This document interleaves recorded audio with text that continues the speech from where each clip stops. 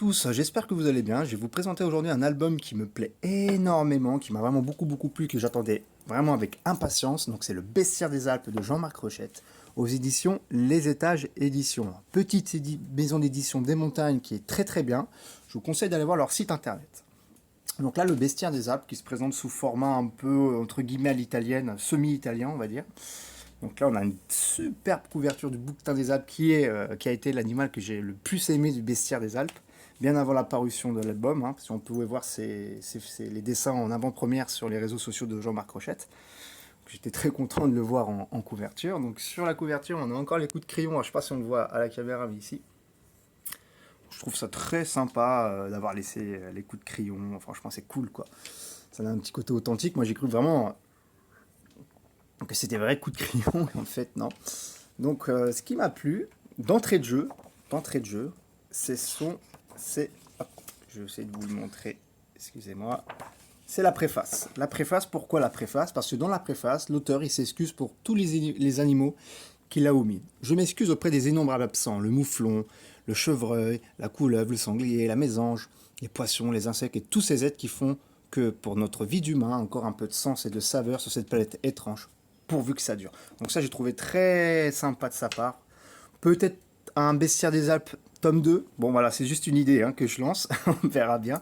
Néanmoins, j'ai trouvé ça super intéressant de faire un petit mot pour tous les animaux qui n'ont pas été présentés. Hop, alors je vais essayer de vous montrer comment ça se présente. Tac. Donc, vous voyez, quand l'album est ouvert, il est assez grand. Donc, en fait, on va voyager avec l'auteur, donc Jean-Marc Rochette, dans ses pensées, dans sa vie privée, dans son enfance. On va connaître ses voisins, pas mal de choses, en fait. Donc, quasi à une page, un animal. Donc là, le chocard, etc.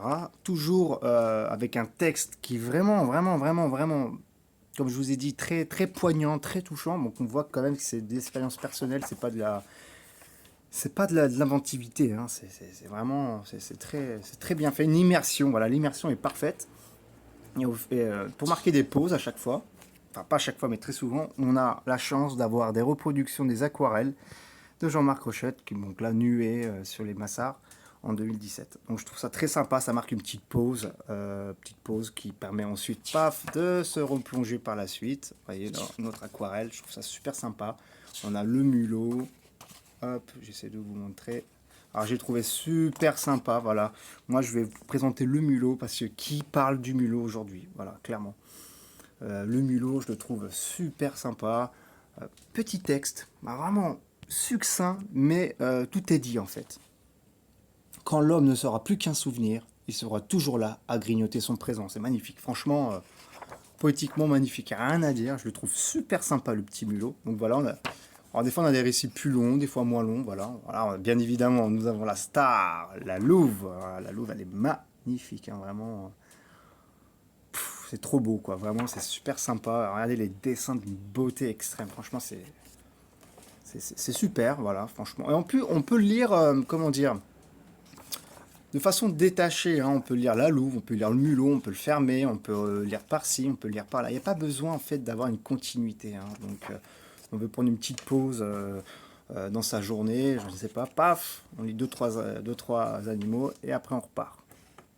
Donc là, il y a la vipère, je la trouve vraiment, les dessins sont vraiment bien faits. Franchement, regardez-moi ça, c'est magnifique. Donc voilà, c'est un album quand même qui fait, je vais vous dire en nombre de pages, on ne dirait pas comme ça. Plus de 100 pages, 113, 114, 120. 120 pages. Vous voyez en thème d'épaisseur, très belle qualité.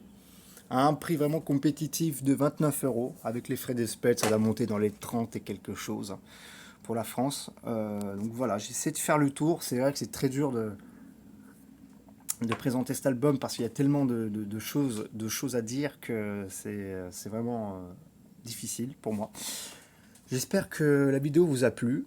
Si vous êtes intéressé par le Bestiaire des Alpes, vous pouvez aller sur Les Étages Éditions, le site internet, et normalement il va être réédité si je ne me trompe pas, si j'ai bien compris. Donc voilà, c'est le Bestiaire des Alpes de Jean-Marc Rochette. J'espère que la vidéo vous a plu. À très bientôt.